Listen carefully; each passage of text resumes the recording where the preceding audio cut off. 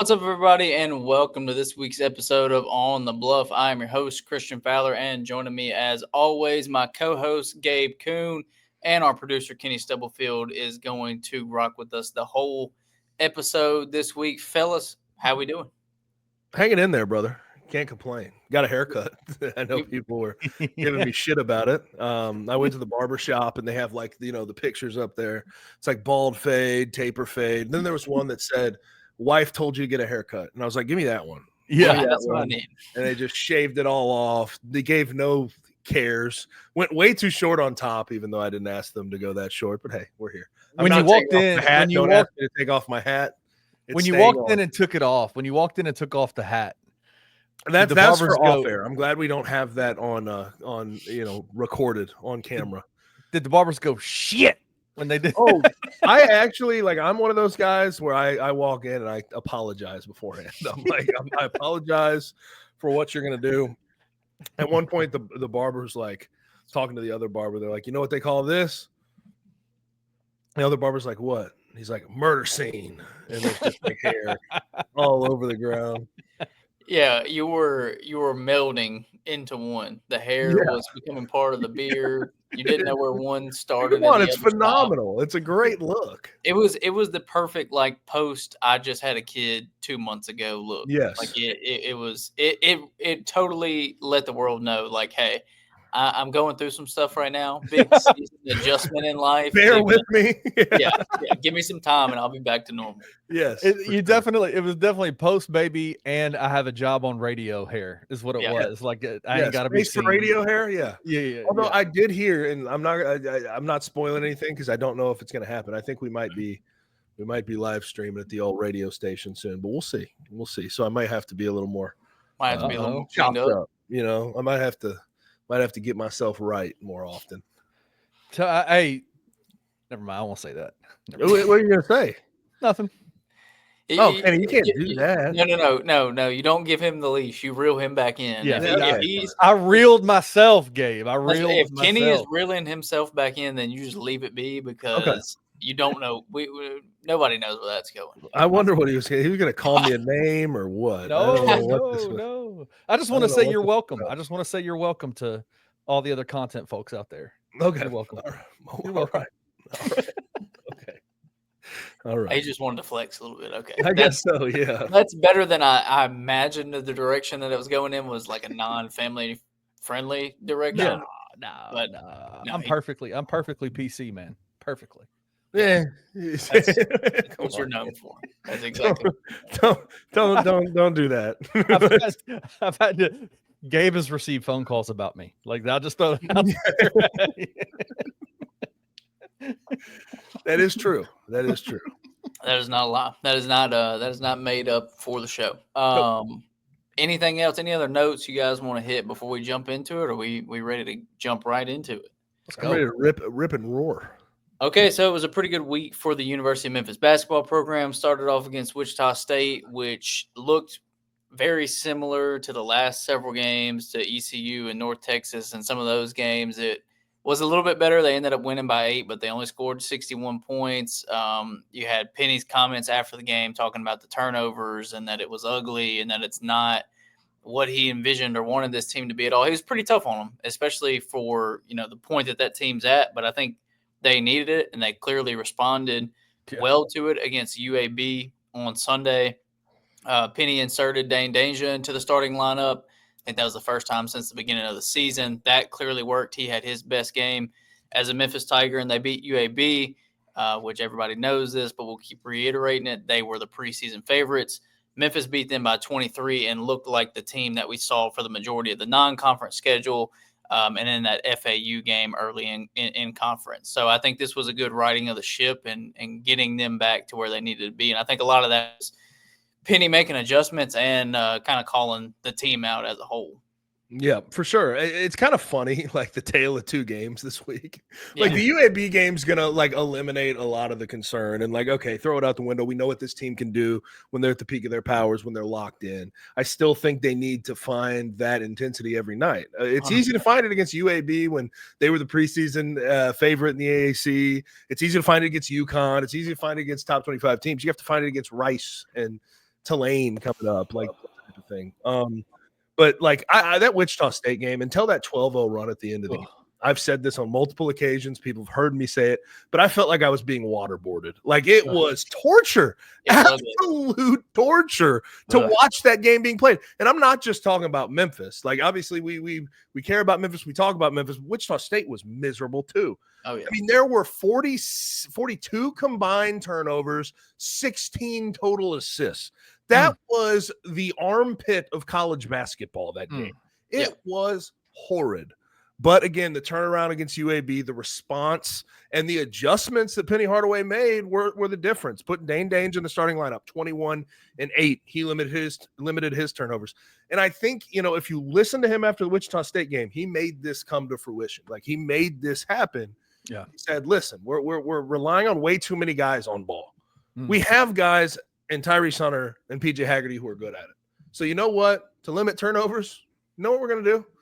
Put the ball in their hands. Now, obvious, answer, obvious adjustment, but you do that against UAB, turnovers are down. I don't think there's any coincidence there. But I'm just continue to be impressed with Penny Hardaway's confidence in this team, his growth, like thinking about where this team was in this program, the thoughts, the conversation around it 3 months ago with all the coaches being fired to right now, the game-to-game adjustments based on what he's seeing out there with turnovers and nasty play.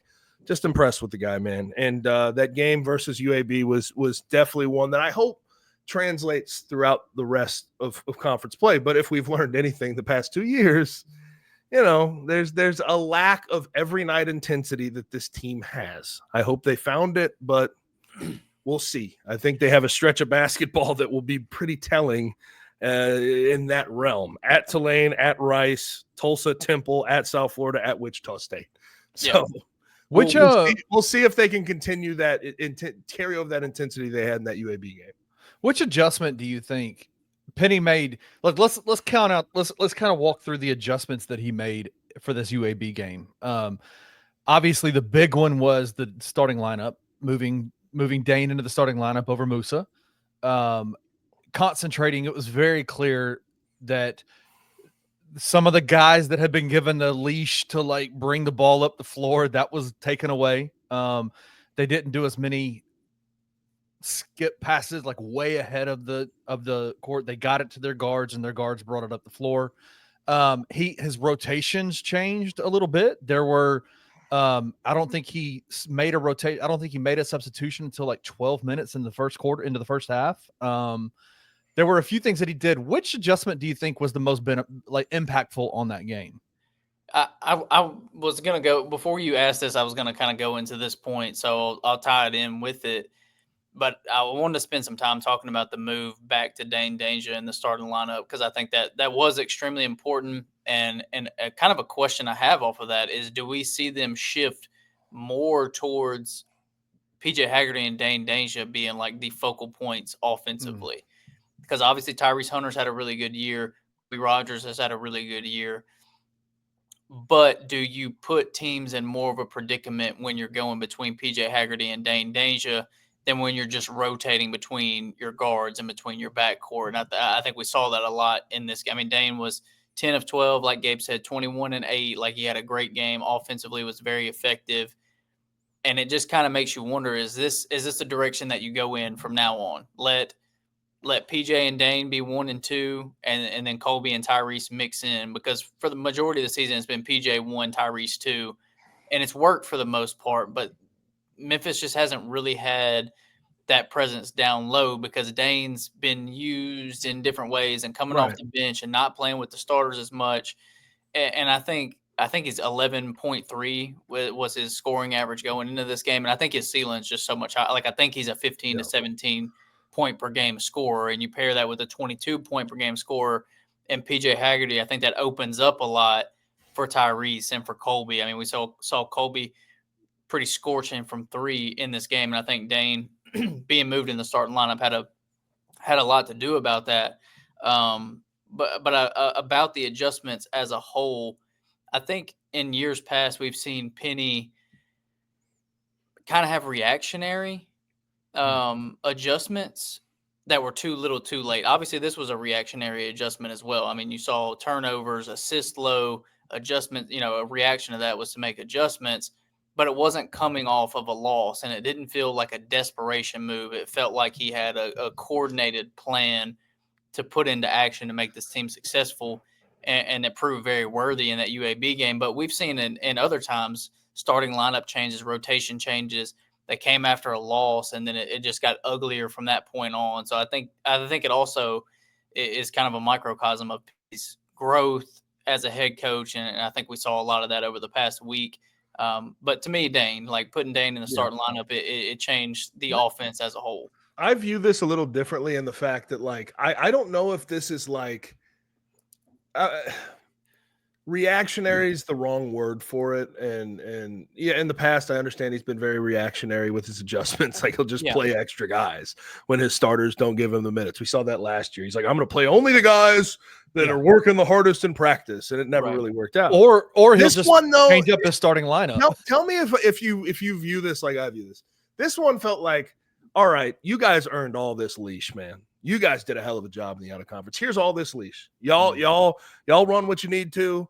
We'll figure it out on the fly, but you guys have earned some freedom.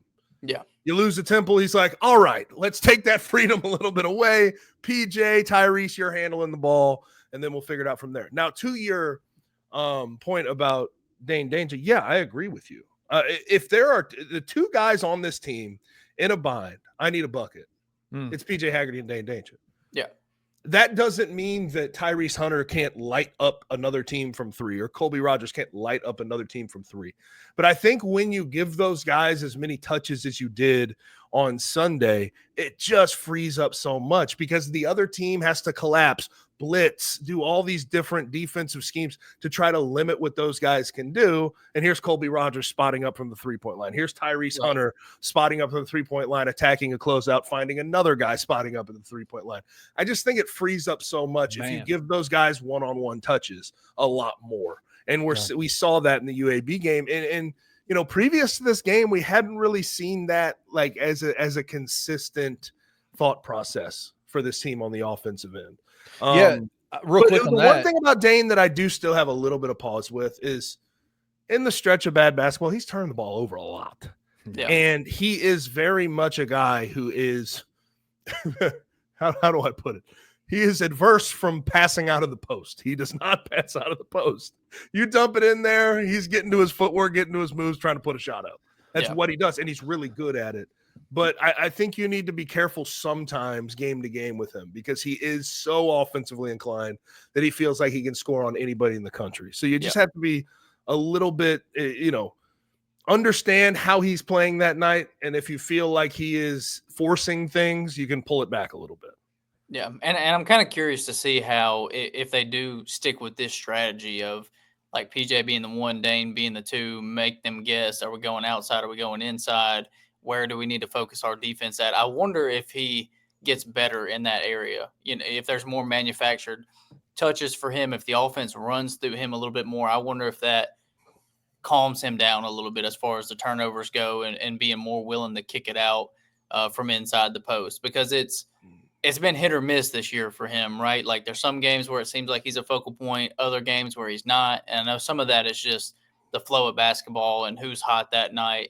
But if he feels like in the game plan every single game that he's a big part of it, I'm curious to see in the next couple of games if we see, just his decision making being a little bit better. And obviously we saw efficiency from him in that UAB game, like I said, going 10 of 12. So if that's the case, if he can play that efficiently, not turn the ball over, I wonder if that makes that a little better.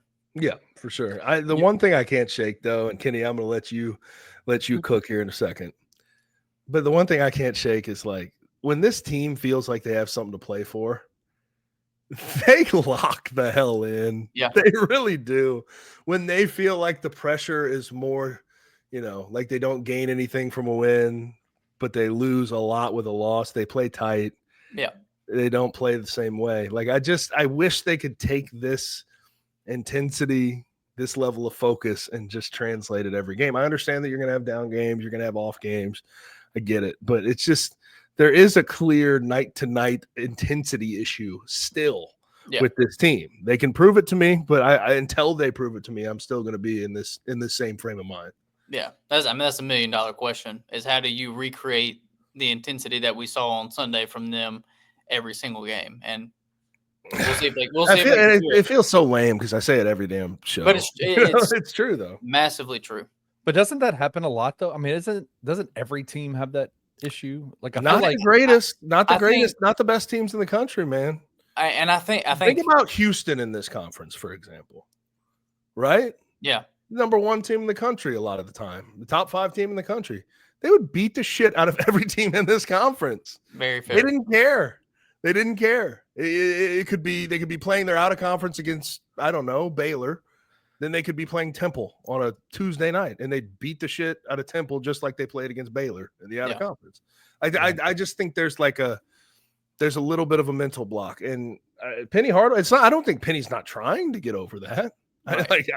I just think it's human nature, man. It's just human nature, and you have to fight it as much as possible. And the more you get experience with it, the better you are equipped to deal with it night to night. That's why Kelvin Sampson is so good at it. He's been coaching for, the better part of 30, 40 years at this point. So I think it just comes with year after year, copy and paste, figuring out what works for you, what doesn't from a motivation standpoint.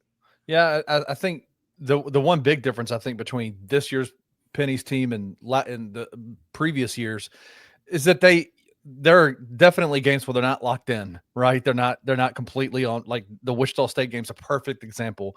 It was, man, I was there. It was horrible. It was terrible, dude. It was so rough, but they've won those games, right? I mean, I know they lost to Temple. We know why they lost to Temple, but they've won those games. And I think that is I guess I take more heart in that than I do in them not being locked in every game. I take more heart in the fact that they're winning the games they're not locked in on, because I think it's human nature to not always be locked in. But this is what I want to, this is where like the forewarning comes in. When Memphis plays these games against these opponents, they can't just worry about winning. How are you winning? Where are you winning? Right. What do you look like? How many turnovers did you have? Did you hold them under 70 points? Did you score 80? Like, I know that the win ultimately is what matters, but the metrics matter as well when it comes to seeding and where they want to be by the time we get to the tournament. So, like, as much as you can sit there and be like, oh, just win by 1 point.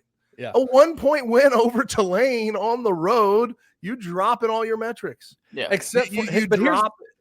The part of the metrics, I guess this is just where my basketball purist side comes in.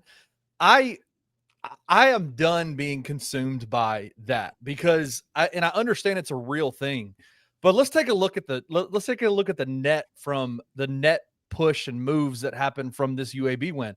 They were 6.5 point favorites against UAB at home yesterday, and they won by almost 30 points. They moved up 2 spots in KenPom. Rice. Yeah. Beat. Who did they beat? Check it out for you. Look at who Rice beat. The fact that you're even bringing up Rice basketball, I shout out. They won by 11 on the road. They beat Tulane by 11 at home.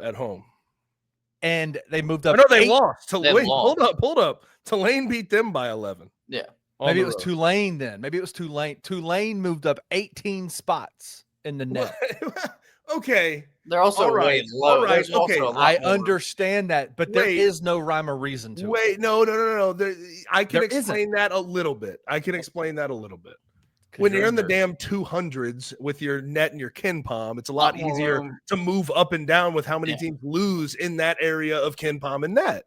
When you're dealing with a top 50 team in Memphis and you want to continue to move up in the net and KenPom, teams around you aren't losing. And also the teams around you, if they do lose, they're losing a better competition. Right. So I think that's explainable. I do agree there's inconsistencies. But the inconsistency you're pointing out, I think, is explainable in the fact that Tulane and Rice are both sitting there probably 150 down in net and KenPom. It's easier to move up when you win a game there. Yeah, I understand that. And I completely agree with you. It does matter. In today's day and age of college basketball, it does matter. My brain can't get there. Like I can't get there. It matters to me because I want them to because I see the things that I want them to change and be better at. But the idea of like how they win or the efficiency in which they win by because of what it does to their efficiency rankings and net, I'm like, it means something though. Like we it can't does. deny it. I just can't get there. I just cannot but like get there. what you're explaining though is the same reason UAB was 240 or whatever in the net after they're out of conference. They win 5 straight games in conference: Tulsa, Tulane, FAU, South Florida, UTSA, and they boost up to like right outside of 100. That's the same reason. It's just like those teams suck once you get past 95 to 100. Houston just won their first quad 1 game of the year this past weekend. Damn good win, bro. It was a damn good win. They are nasty. As a basketball guy, Houston is awesome, right? Yeah. Houston is awesome. You know what their net ranking is? 3. Yeah. And they won their They've been up there the whole time, too. I know. Make it make sense to me. Yeah. Make it make sense to me. Big 12, hard out of conference. They won their first quad 1 game of the year this weekend.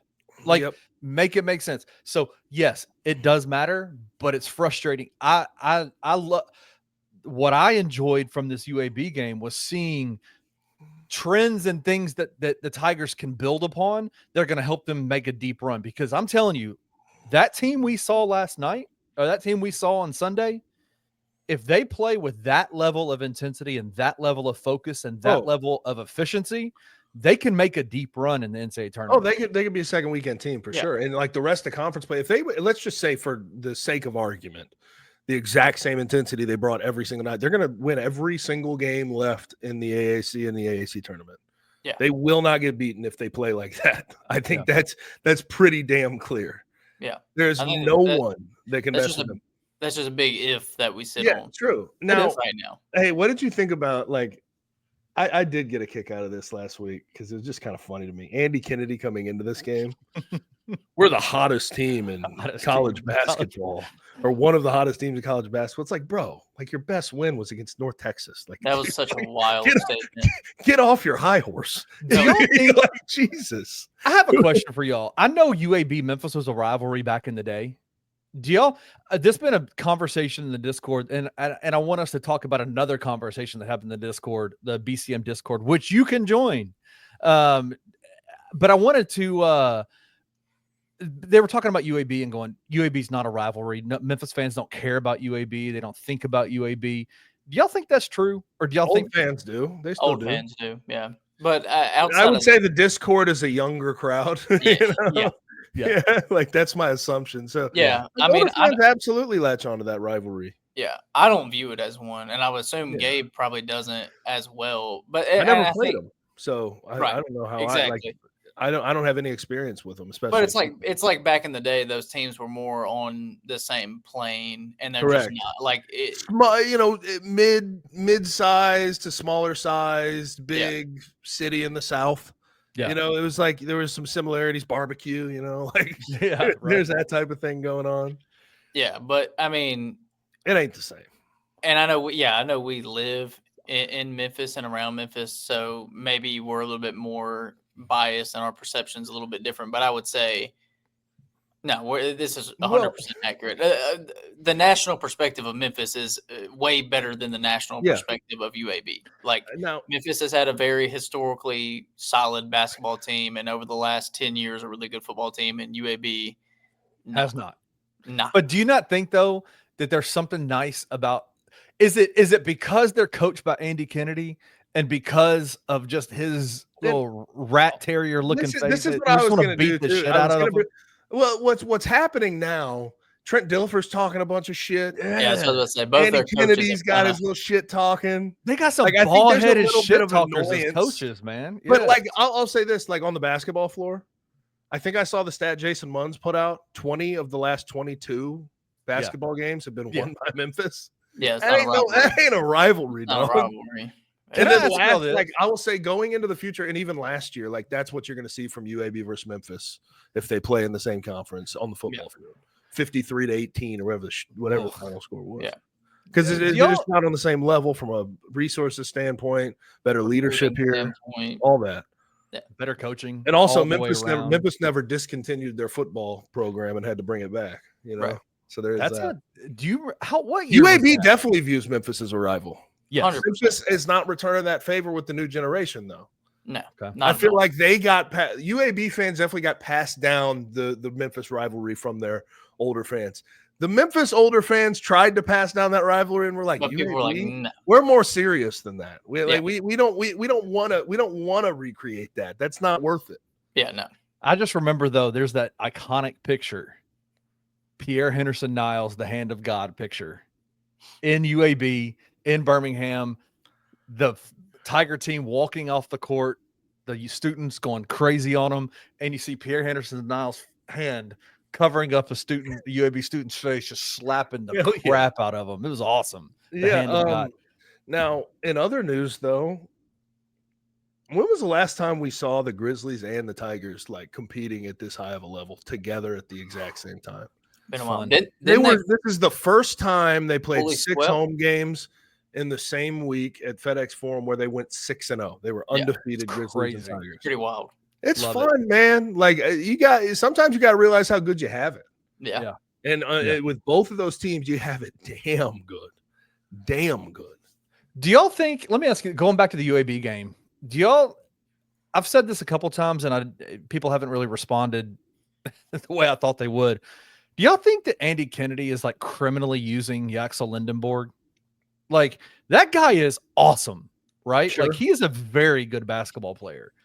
And I feel like the way Andy Kennedy uses him is like criminal, bro. Like it's like terrible. overuses him type. Is that the idea you're going for? Puts him on the wing Yeah. half the time instead of I mean, in the brother, paint. when you have a roster that is as top heavy as they do, Gotta use that Knoxville guy. and Christian Coleman is their like that's it. Yeah. You just got to use get the them ball in those everywhere. hands. There's been a lot of talk about, obviously Penny went after Yaxel and in the transfer portal was trying to get him in the transfer portal and all this kind of stuff. And he ended up staying at UAB. You think he regrets it? I mean, he probably makes more money than the rest of the team at UAB. I think that's okay for him. Yeah, he does. He does. I don't know though. Yeah. I mean, he did make more money than the rest of the team, but he does have an imprint of Dane just nuts on the left side of his face now. So that's that was funny. Did you see? I love the social media back. Did you see? You saw his Instagram story, and then Dane's like he's nothing new. After the game, I love the little shit talk, man. Like after the game, they ask him like, "What do you think of Yaxel?" He's like, "Yeah, I heard he was preseason AAC Player of the Year. Didn't see it." Didn't know who he was. Yeah. Okay. And then Yaxel has something to say in return to catch you on the flip side, brother. Yeah. We'll see how this goes next time. March 2nd, baby. Honestly, you need shit like that to get fans completely invested in this conference. When you play nobodies, you have to have something to latch on to. Yes. Well, that game March 2nd, it's probably the final game on their schedule in the regular season that I think there's a chance they could get beat, right? The Tigers could go down to UAB on paper. Yeah, I was gonna say, Kenny, we need to get through this week, and then I'm gonna like feel. I'll have a better feeling about this team and losing more games along the way. Yeah, because this past week, I really mean it when I say it. That was tale of two games. That was basketball version of being waterboarded. On Thursday, then it was like pinnacle of like the best game, arguably the best game Tigers have played all year. On Sunday. Oh yeah, and you're just like, shit, man. That first half was crazy. The way they closed out the first half. Anyway, all right, I got one last question I want to ask y'all before we get to the break. We had this discussion again in the Discord, and it got kind of heated in there, and I wanted to get y'all's thoughts on this. This is the 2024-25 version of the Memphis Tigers. The 2021-22 version of the Tigers was Landers Nolly, Imani Bates, DeAndre Williams, Jalen Duren, Josh Minot, Lester Quinones. Those are the main guys, right? A lot of NBA talent. NBA talent on that team. And then the team that this team has been compared to the most was the 22-23 team, Kendrick Davis, DeAndre Williams. And then Chandler Lawson. I don't know what to tell you. Apparently the defensive captain, according to Penny, when he played. Yeah. The 6'6" starting center. Anyway, sorry. Don't forget Elijah McCadden. Oh, my bad. Come on, brother. Kennedy. Keontae Kennedy punching a wall. What are we doing? The conversation was about which team would you take?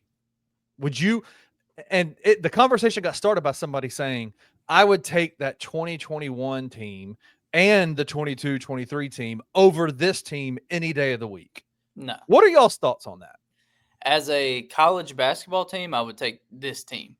And now Jalen Duren, absolutely incredible. I mean, there's no doubt about that.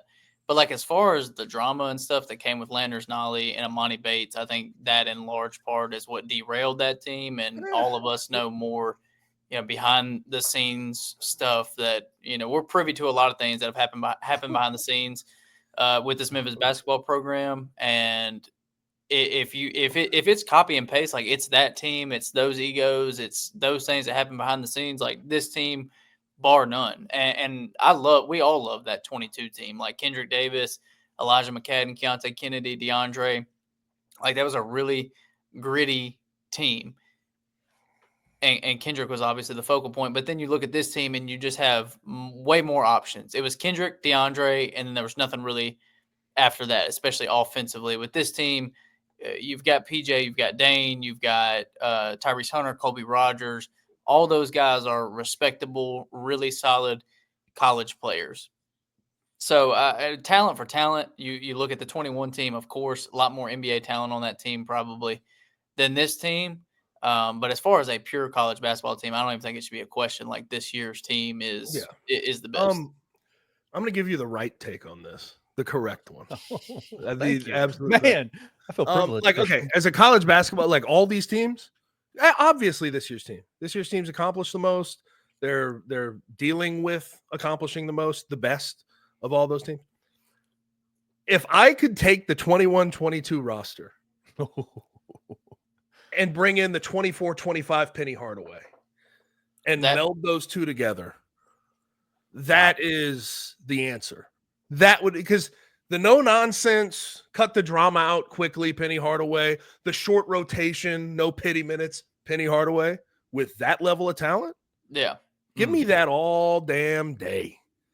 Because was a tremendous level. Like Lester probably would have been unlocked. You know what I mean? Think about what he's done since he left Memphis. Yeah. Jalen Duren's one of the best young big men in the league. Like I would absolutely take that roster. And if Landers Nolley was going to bitch along the way, you know what Penny probably would have done? Sad. All right, stay away from the team. Amani Bates goes to get his whatever, back surgery or whatever it was. What was it? It's like back. His back. Penny would have been like, all right, stay there. Yeah. So like I would take that roster with the no nonsense 24-25 Penny Hardaway. I think that's the correct answer. But yeah. As a team, if all things are how they were at that moment in time, it's this team. This year. Yeah. It's this team. Do you think so? I guess the question, if you're looking at the 22 team and you're taking this team, the question is really not about the teams, because it's clear this roster is better. The question really is about the two-headed monster of Kendrick Davis and DeAndre Williams versus the two-headed monster of PJ Hagerty and Dane Danja. Well, I'm taking PJ Hagerty, Tyrese Hunter, that's Dane Danja, and Colby. There's more. It's more. You know what I mean? Like, and then PJ Carter's been good off the bench. Right. Who's a Cisse, nice big to have. Yeah. Like I don't know. Like I think the reason I would lean to the like actual roster of 21-22 is because there's just so much NBA talent. But I think you have this is about as good of a mix of the 21-22 and the 22-23 roster as you could get this season, where you have PJ Hagerty, who probably is going to be, I don't know. I mean, I got to imagine be a draft pick or an NBA player at some point, or at least get a shot, a pretty damn good shot at some point.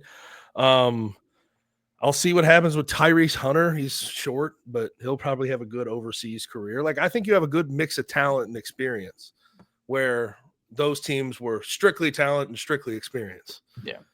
So I agree. The roster, yes. Would you take Kendrick Davis and DeAndre Williams over PJ Hagerty and Dane Danja? That's tough. I would say I want PJ. I think, okay, I'm going to this is my take. I think PJ's the best of all of them. I'm saying that pretty confidently. So that's something you have to manage. I think PJ is the best player of all of them. And I know that, probably a month or two ago would have been blasphemous to say. Yeah, but even if you say PJ's better than Kendrick, what's the gap between Dane and DeAndre? Is it bigger than the pretty gap? Big. I know, but bigger than the gap between Kendrick and PJ. And I don't want a team without PJ, man. If you're offering me PJ, I'm taking PJ. That's the problem. So you got to take you can't split them up. You have to go. Give me PJ and DeAndre. Oh, yeah, exactly. Oh God, that team's never losing. What do you think, Christian? Who would you take? You got to take. I'll take PJ and Dane because I don't want to be without PJ. Okay. That's so tough. So let's say, can we at least add the stipulation like you have this year's core around those two? Just the two. Just the two players. Just the two. You're building a roster. You can take one of the two twos. I'm taking one of the PJ. 2 twos. I'm sorry, just put PJ on my team. I'll make everything. I think I might be with Gabe on this because I think if you had, I don't think you could have had that much more talent around Kendrick and DeAndre because Kendrick is not as willing to defer as PJ, and he was not as efficient as PJ is. Totally agree. And I think that's what efficiency is nuts. It's nuts. Exactly. And DeAndre, leading scorer at 40% from three and basically 50% from the field. Right. Which Kendrick had hyper efficient games, but overall, he was so relied upon that he wasn't as efficient. And you know what else PJ gives me? A little more on the other end. Yeah. Yes. Not a crazy amount, but Kendrick was 5'10". Kendrick is 5'10". Do y'all really think the gap between, athletic? Do y'all really think the gap between DeAndre and Dane is that big? I think it's. Yeah, I think it's pretty. I think it's pretty sizable. DeAndre offered more on the defensive end. DeAndre could stretch out to the 3-point line. DeAndre had some decent post moves. He's not on Dane's level with the footwork and stuff in the post, but I think DeAndre provides more to his game than Dane.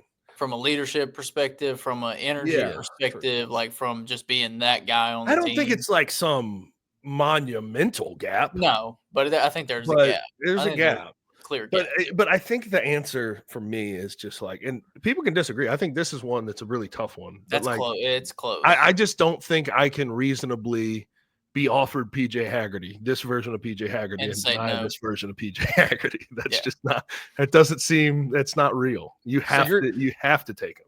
So y'all are telling me y'all think PJ Hagerty's the best guard that Penny has had on his roster in his entire 7 years at Memphis? Yes. I'll say that pretty confidently. I think so. I think so too. Yeah, I think so. I mean, the scoring, yes, of course, but it's the efficiency and averaging 2 steals per game. I think he's third on the team in rebounds at 5.3 rebounds per game. He does everything. He's a selfless basketball player. He's efficient, which is so crucial for a lead guard to be able to do. He has so many elements to his game. So and he's big, and he's a big. And kid. I will say, this is not a caught in the moment take either. No, I don't think so. Yeah, I don't think it is. Obviously, I think tournament success will have a lot to say about PJ Hagerty, the ultimate legacy at Memphis, right? Sure. Because let's be frank about it, man. When we talk about the whole package, PJ Hagerty is the best, probably singular player. Most productive player Penny's ever had. Yeah, I mean numbers prove that. Numbers prove that. All right, boys, we've talked a lot of basketball, but I know we're all ready to talk a little bit of football. So we're going to take a quick break, and we're going to be back on the other side with the Hot Three. We're going to talk about championship weekend, maybe some coaching changes, maybe make fun of me a little bit. So quick break, be back on the other side with the Hot Three.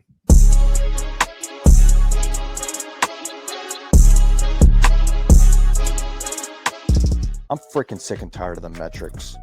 Metrics. You know what I'm saying? The metrics are ruining college basketball, and I think we need to do away with them.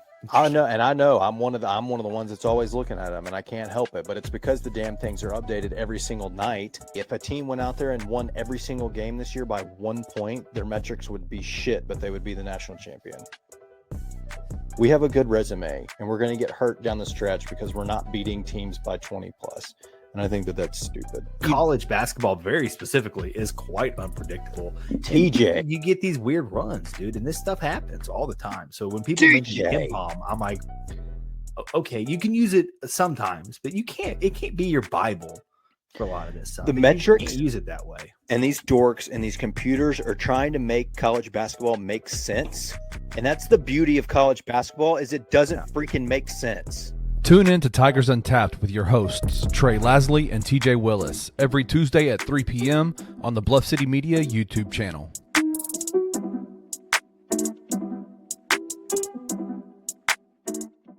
I pride myself on being a pretty positive person when it comes down to the Grizzlies. McKinney, something happened to me, bro. And I still think I'm optimistic. I'm not going to say I'm particularly pessimistic, but I'm just not as enthused about things as I once was for this particular season. Why are we winning games and I'm not excited outside of in the moment? I just feel like the air has been personally knocked out of me. And I don't know what it is. And I think the main thing is coming into the season and even early in the season with the talent we have on this team, guys who haven't played a game like the GGs, the Vince Williams, those type of guys. Right. I thought that we were a team that in my eyes, could be a team that could compete for an NBA World Championship. I just don't think that anymore, bro. And I'll say the main reason why. It's coaching. It's coaching. Like, I don't think that we're a team that's going to be coached well enough to go deep into the playoffs. Tune in to The Anthony Sane Show, Wednesdays and Fridays at 12 p.m. weekly on the Bluff City Media YouTube channel.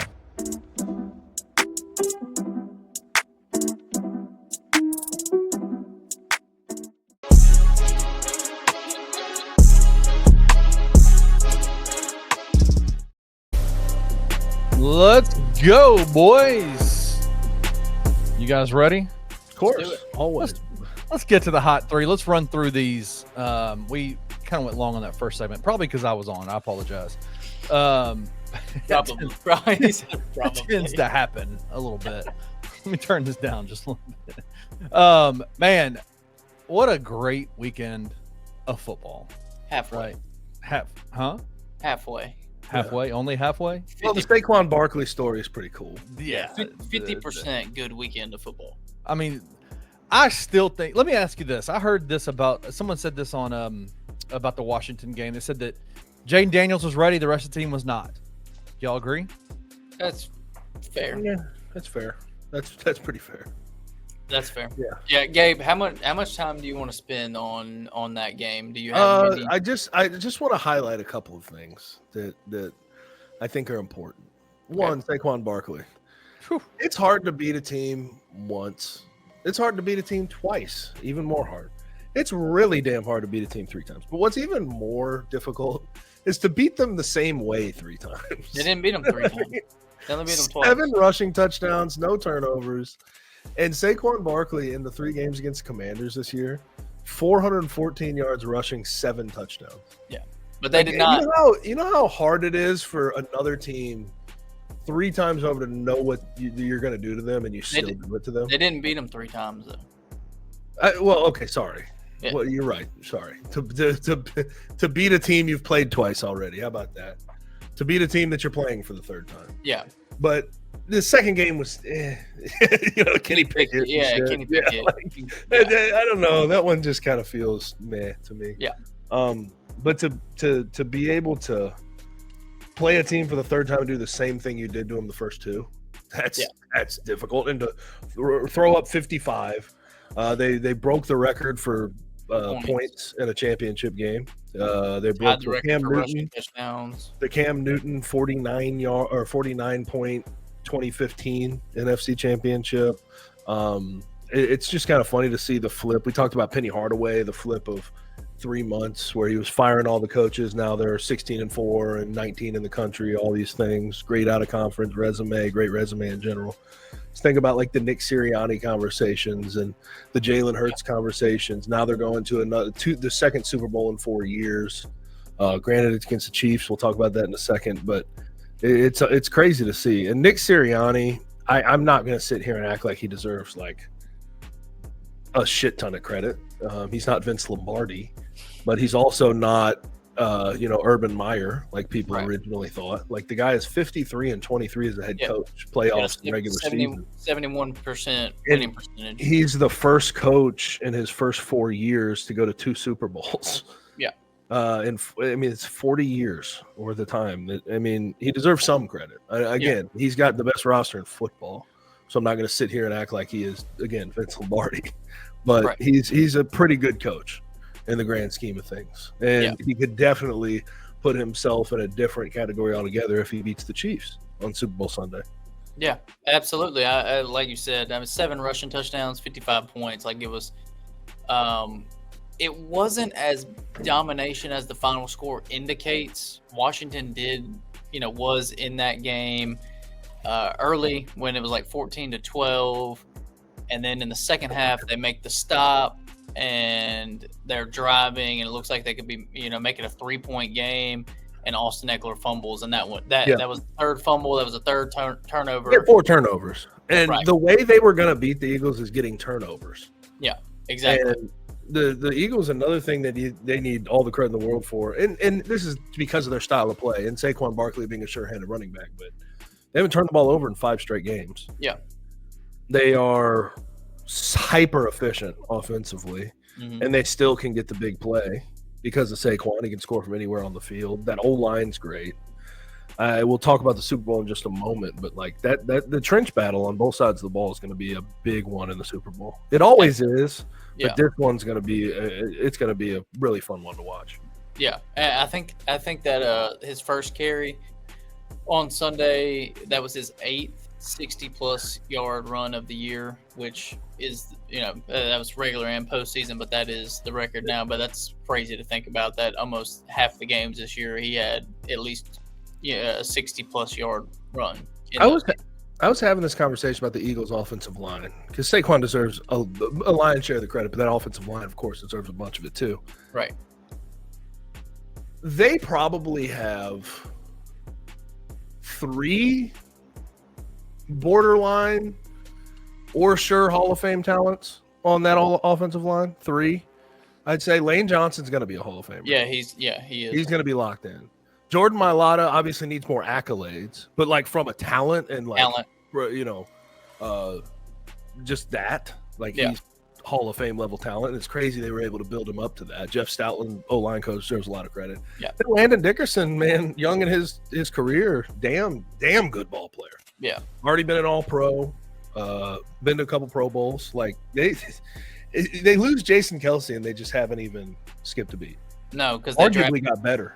Yeah, they drafted Cam Jurgens to be the replacement, and he's stepped in and just done an incredible job. But yeah, like you said, they're on paper, talent-wise, like they're the best team in the league offensively. They have the best offensive line. They have a top 3 receiving core with A.J. Brown and Devontae Smith. They have the best running back in the league. They have a quarterback in Jalen Hurts, who I know it's been debated, but he's at least top 15, top 60. Like he's a top 50% quarterback in the league. And then defensively, you have one of the best defensive lines. You have one of the I wish we could pull up the clip. Did you see Jalen Carter just hurdle a wham block this week? Yeah.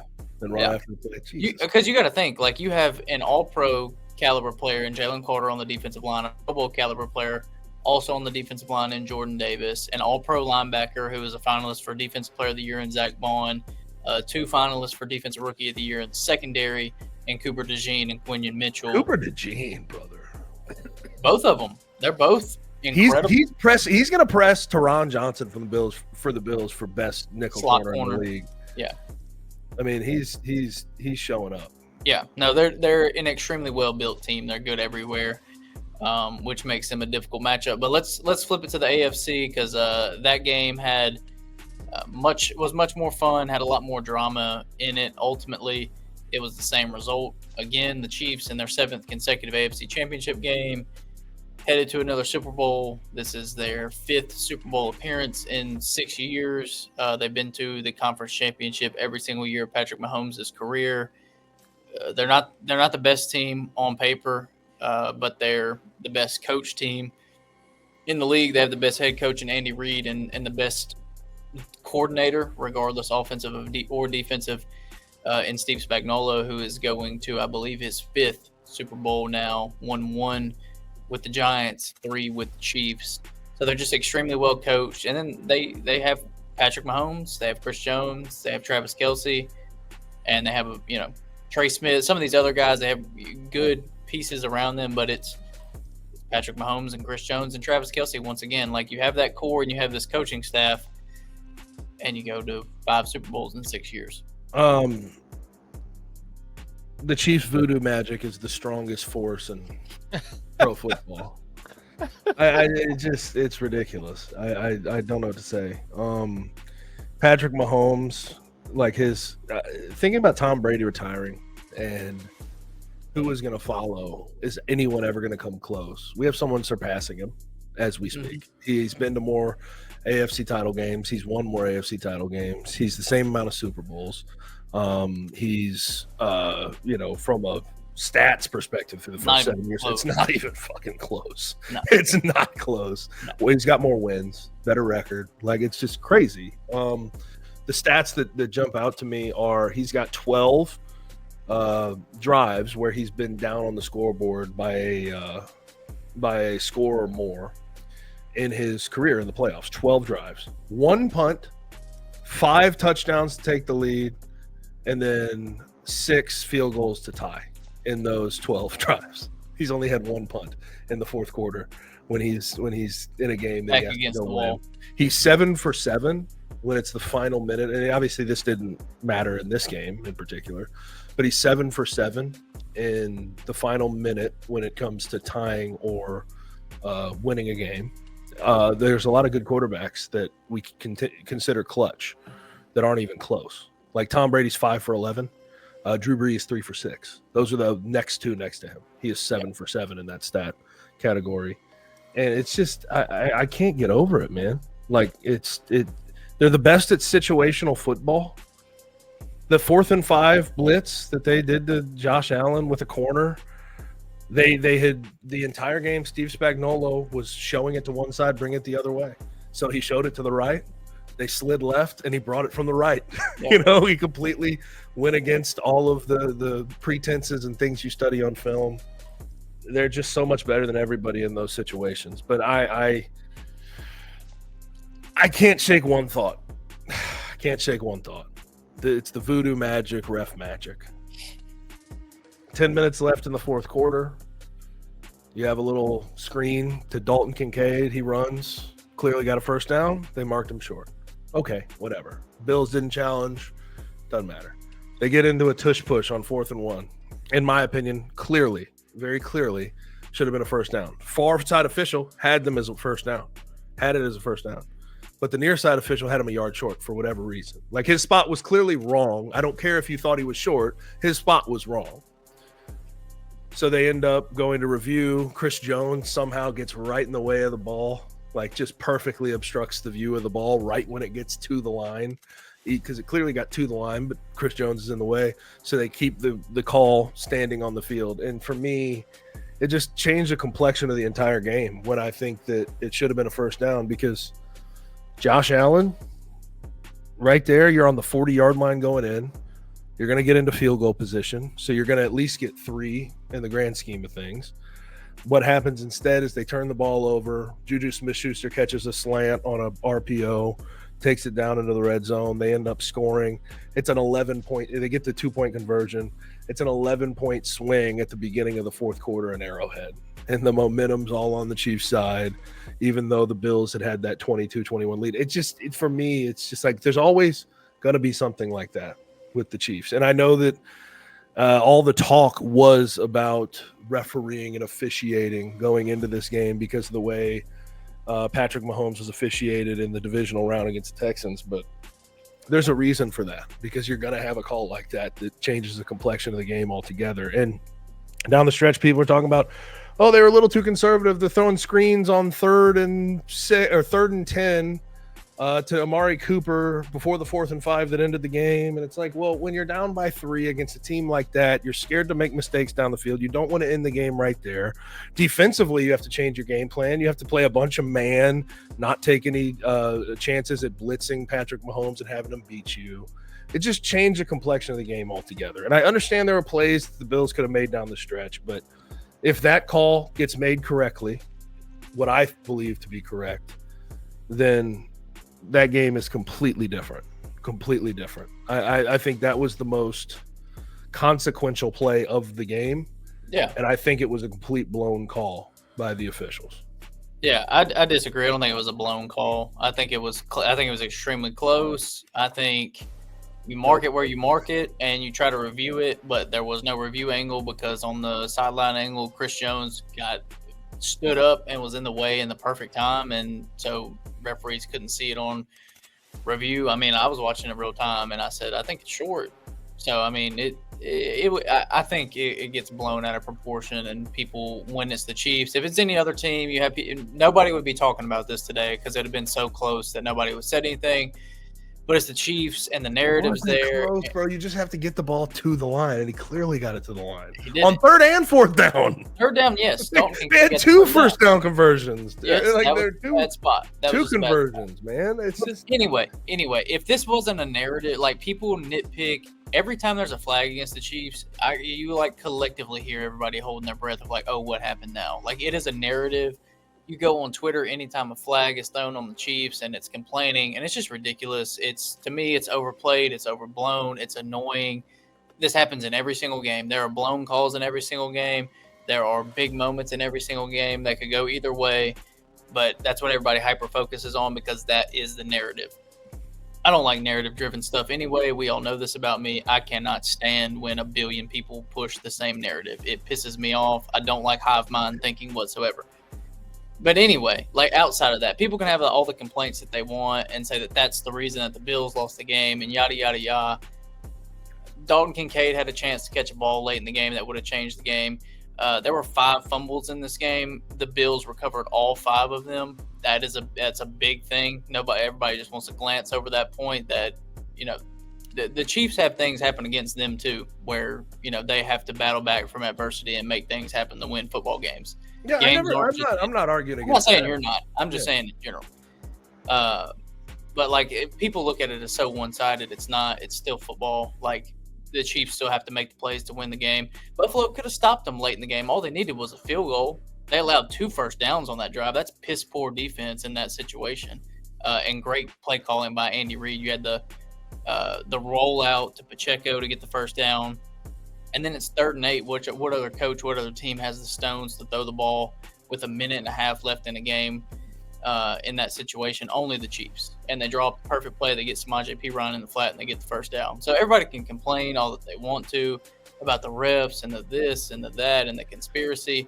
But at the end of the day, the Chiefs are just simply better than everybody else, and they play situational football better than everybody else. I agree with the sentiment that they play situational football better than everybody else. I have a fundamental disagreement about that 10-minute, the spots that the referees gave. That's fine. They still had opportunities. And this is you know what the real answer to this whole thing is? Put a damn chip in the ball. It's not going to change the flight of the ball. It's not going to change how the ball plays. Like we are more than equipped enough to make this a lot easier. And I've always, this. I have said this a million. We're 112 episodes in. I've said this no less than 112 times. I think short yardage officiating is the worst thing going in football right now. Yes. Whether it's on the goal line or in the open field, it is. There 100% should be something in the ball. The technology is way too advanced. If there was something in the ball, it would have been probably a first down by like a 1/3 of a yard, but whatever. Yeah. You know what? I don't know how people think it's debatable. I don't think it's even remotely debatable. Yeah.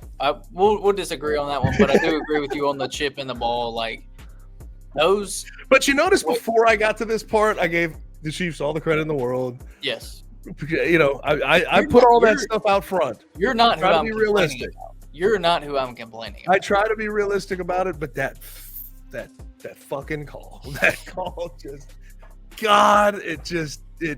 there's one damn call every close playoff game the Chiefs play, and you're like, how do they miss that? How do they screw that up? And it changes the entire complexion of the entire game. Like Dalton Kincaid caught hell, like death threats from Bills fans. I personally think that's misplaced blame. I think You that's got nonsense. to, dude. But at that point in time, that's already over. You got to catch that ball. Dude, You got to catch that ball. it is an absolute. I want people to understand. It's an absolute miracle he even made a play on the ball. Oh, it wasn't. It Absolute was a throw. miracle. He's Throw running was a a- corner route. Josh Allen just shot puts it up in the air, and the guy turns around on a dime, dives backward without catching any momentum going the other way. And it hit him right in his hands, and he dropped it. You I gotta get catch it. the ball. He dropped it. NFL I player. just- You I- gotta- there's no I excuse. You gotta find catch the it- ball. You know that, Gabe. I find it wrong, man. It is a miracle he was even in that position. You got to catch the ball, though.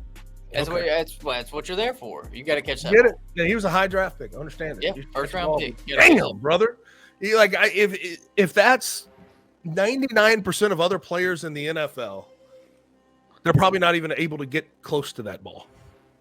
And what a play! I mean, that could have been like the defining moment of Josh Allen's career right there, because it was ridiculous. Well, they that he- probably would have gone for the game time field goal and just shanked it anyway. Probably. Or there would have been 30 seconds left, and the Chiefs would have gotten down, and Harrison Butker would have hit a game. 13 seconds, 12 seconds. Inevitable. Yeah. All right, Kenny, let's move on to the next point. We're going to stay on the Chiefs. I know there's a lot of conversation about the conspiracy theories, and I've seen articles today written outlining year after year after year of all these things that have happened that make people think that the NFL wants the Chiefs to be where they are. But what is also in those is that the Chiefs have won a lot of games, a lot of Super Bowls, a lot of AFC championships. They are a dominant team. Do we have Chiefs fatigue? Oh, shit, Like- yeah.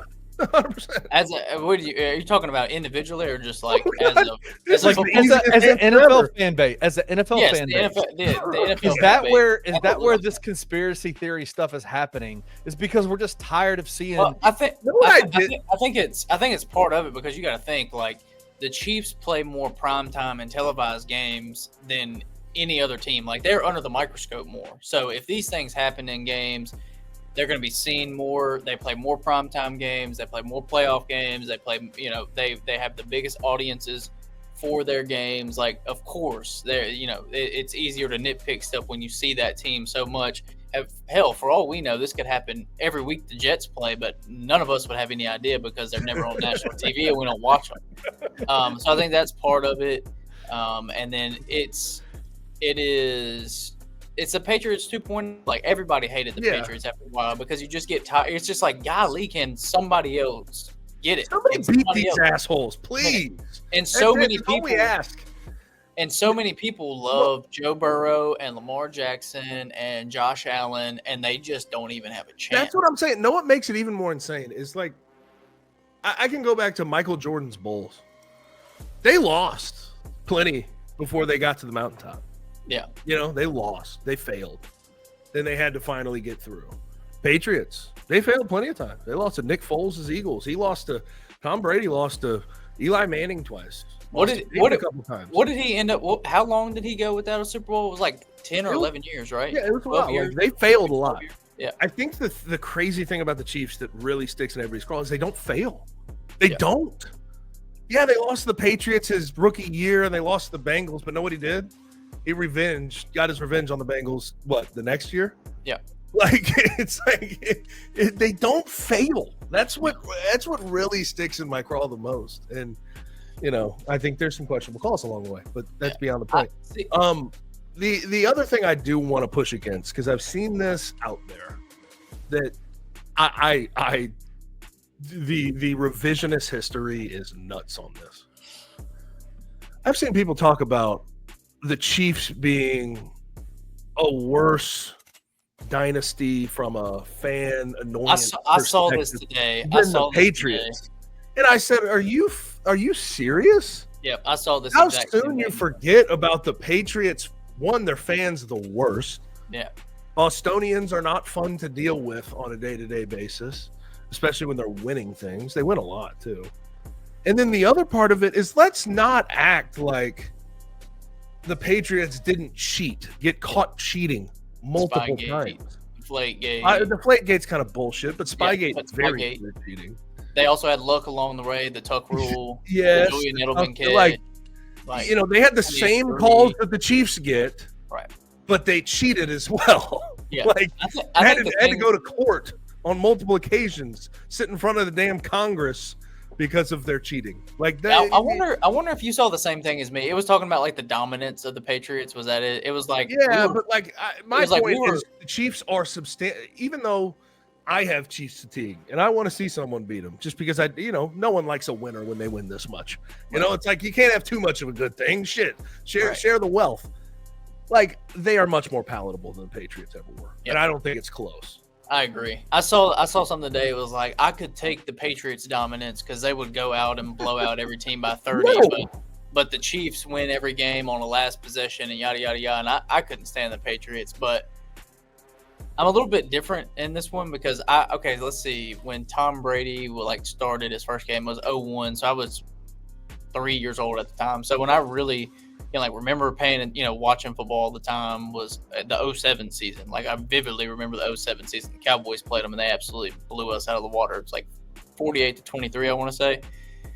They were annoying by that point. Like, they were just obnoxious. Couldn't stand them. But with Patrick Mahomes, like, I've obviously been a huge football fan the whole time of his career, and I've been a huge fan of his. So for me, I saw Nate Burleson have this take, and I was kind of like, weird. I'm kind of in this boat rather than the majority boat of like being done with it and tired of it. This isn't something that you see all the time. And I know we just saw it with the Patriots, so it's more fresh than it typically is. Like, we're seeing it. This is the first time a team has ever went to 3 consecutive Super Bowls. This is the first time a team has ever went to 5 of 6 Super Bowls. This is the first time a team's had an opportunity to three-peat. Like, it's historic stuff that we're living through. Statistically, Patrick Mahomes is number 1 in everything through whatever it is, 7 seasons. Like, we're seeing something that has quite literally never happened in the league before. So to me, it's cool. And I don't really have the fatigue because in my heart of hearts, I wish I was a Chiefs fan and not a Cowboys fan. It's kind of funny. It's like the inverse of the Patriots dynasty for me personally. I couldn't stand the Patriots or Tom Brady, really. I never could really stand the Patriots. But Tom Brady, like, I couldn't stand Tom Brady for the longest. Until it just became undeniable. Like, shit. I finally came around to it. Like, I just have to, like, he's going to win this game. Yeah. I have to come to terms with it. He's the GOAT. That's great. With Patrick Mahomes, it's kind of been different for me. It's kind of been different. Like, the beginning of the arc, I'm like, I love this guy. This guy's the greatest thing ever. The more he keeps winning and the more he just doesn't, no one else can beat him, the more I'm like, shit, dude. Like, he's getting annoying. He's getting in my crawl. Yeah. It's like, I want to see something different eventually. And I'm not going to see it as long as he's in the damn NFL. Like, it's the inverse where I started hating Tom Brady, got the appreciation by the end. I have an overwhelming appreciation for Patrick Mahomes no matter what, but like, started loving him. Now I'm getting to the point where I'm like, I'm tired of this guy. I'm sick of this. Tired of seeing number 15 walking around like Kermit the Frog doing his little waddle down the.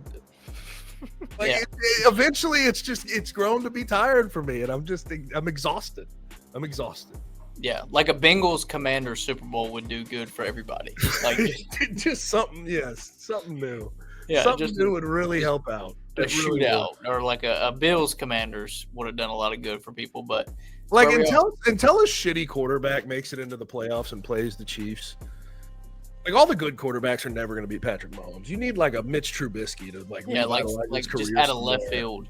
Yeah, you need some shitty quarterback to make it through. Yeah. Do y'all think that Taylor Swift? We don't talk about Taylor Swift on this show, but y'all think that the overwhelming like Taylor Swift? Don't make it seem like I'm a Taylor Swift hater, brother. I'm just saying. I don't need that attached to my name. No. Nobody says you're a Taylor Swift hater. Okay. I'm not. You said we don't talk about Taylor Swift. It's like it's not like because we're not football. Purposeful about doing it. We talk football. Why are they showing her on my TV screen? We're not those guys. It's not an unspoken rule. No, we talk football. We don't talk the drama, the TMZ-ish behind the football. Do y'all think that has a part of it though? Like, is that people are getting just tired of seeing her all over the screen all the time? I think that has a part of it. Yeah, definitely. God, all the men out there, toxic masculinity. All right, Kenny, we are. Hey, by the way, she's an Eagles fan, by the way, real quick. Yeah, I saw that. I saw that. So I don't, she's gonna back the Chiefs though. You know? Yeah, I think so. I don't think there's any debate there. All right. Kenny, we're running Let's get super to- long. Let's knock out this last point real quick. Well, we talked about potentially making fun of you earlier on in the show, and it was announced this week Jerry Jones hired Brian Schottenheimer to coach Dallas. His press conference was wild, bro. It was wild. This pick to coach the Dallas Cowboys, surprising to everybody. Christian, were you surprised as a Dallas Cowboy fan? No, not at That's all. why I love Christian, though. I love a realistic, nice, down to earth Cowboys fan.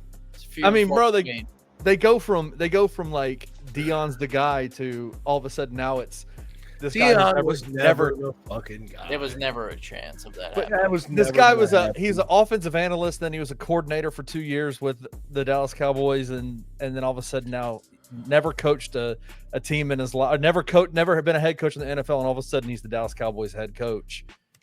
It's gotta be a little bit surprising. I have a timeline for you on Brian Schottenheimer's career.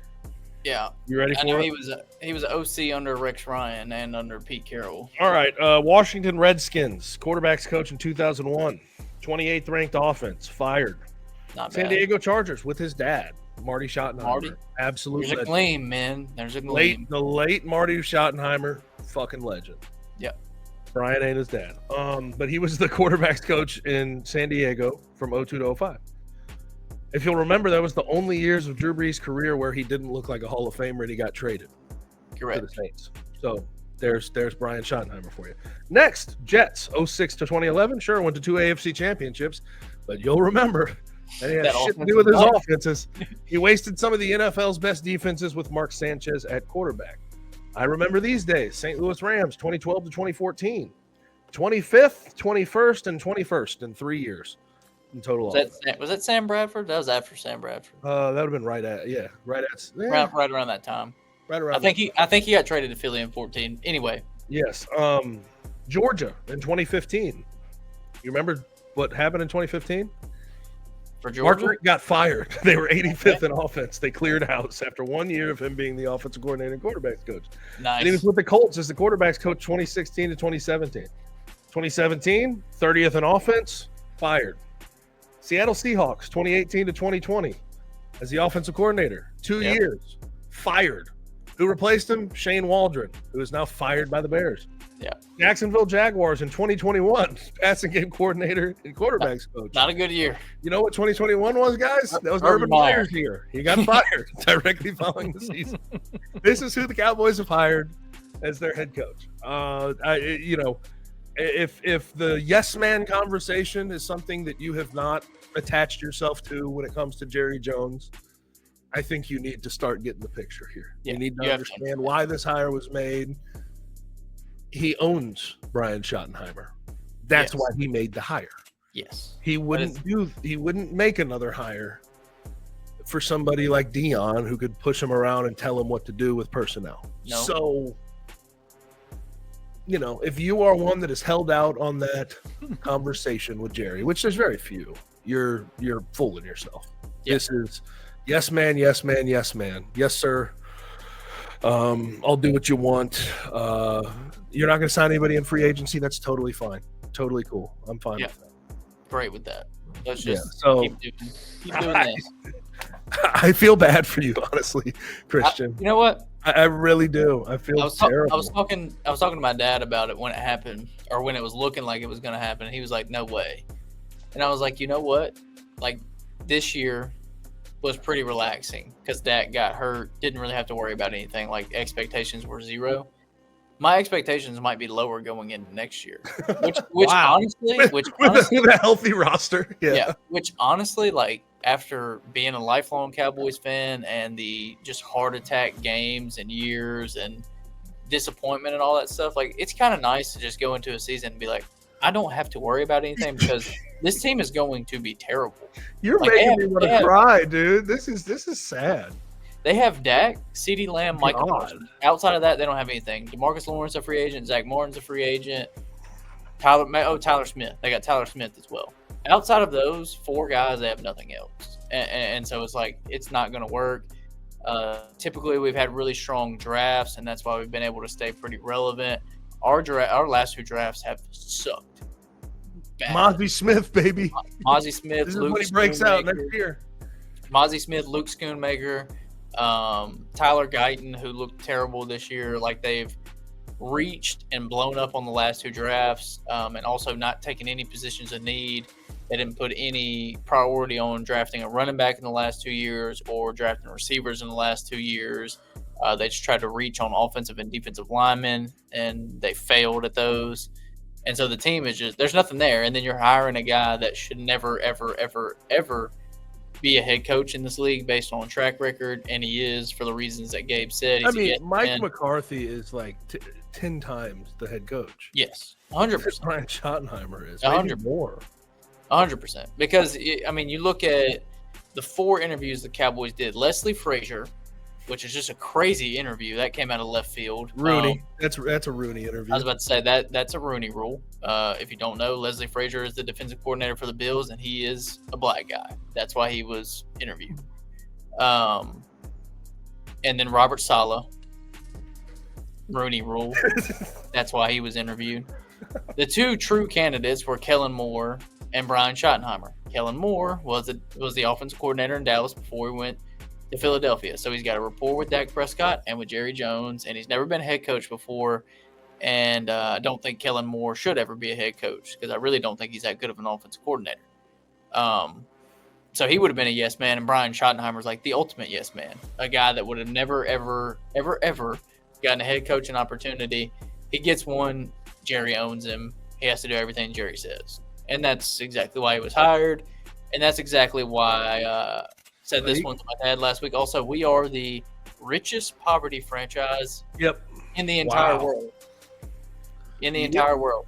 And I heard a good point to this. It's exactly what the Lakers would be right now if LeBron James wouldn't have come there. Because they're ran by the same people for 50, 60, 70 years that think they can just get away with everything, and it's only about money, and they don't care about winning anymore. And Jerry Jones in 1989 to 1996 really cared about winning. Now he could not care less, and you cannot convince me otherwise that he cares. Yeah, he doesn't. I think that much is clear. He's just trying to collect his checks before he hands it off to Steven. That's what he's doing. Yep. That's sad. That's a sad state of affairs. Well, Jerry Jones would disagree with you, Christian. He came out in the press conference and said, "This is the best way that we can go to the playoffs and win." Well, did you see Brian Schottenheimer trying to call his shot too? He said, "We are winning. We are going to win a championship, or else why are we doing this?" Once again, we all know the rules. My heart's still beating, so unless I die before next year, this will not be happening. I feel also the fact that make me sad, dude. The fact that they didn't even attempt, I feel bad for you. The fact that they didn't even attempt to interview Ben Johnson tells you all that you need to know. Because even if they didn't want him or whatever, had this negative opinion on him, he's the best head coaching prospect probably in the last 3 or 4 cycles, and he doesn't even get an interview. That right there lets you know that you are not a serious franchise. That's it. That's all I got. A lot of money though. That's all I got. I've been able to air my frustrations out, and I do not have to be frustrated for the 2025-2026 football season, and that's a great feeling. But anyway, this has been a long one, so we're going to wrap it up. We appreciate you guys for joining us. If you're watching on YouTube, you can like, subscribe, and comment there. If you're listening via podcast, whether that's Apple, Spotify, or any other platform, you can do the same there. You can also go to bluffcitymedia.co, check out all the articles, podcasts, and videos on the site. Once again, we thank you guys for joining us, and we will see you back here next week. Thank you for listening to On the Bluff. If you enjoyed this episode, leave a rating and a review wherever you download your podcasts. Also, like and subscribe to Bluff City Media's YouTube page. Head over to www.bluffcitymedia.co for comprehensive coverage of Memphis sports and how you can become an insider.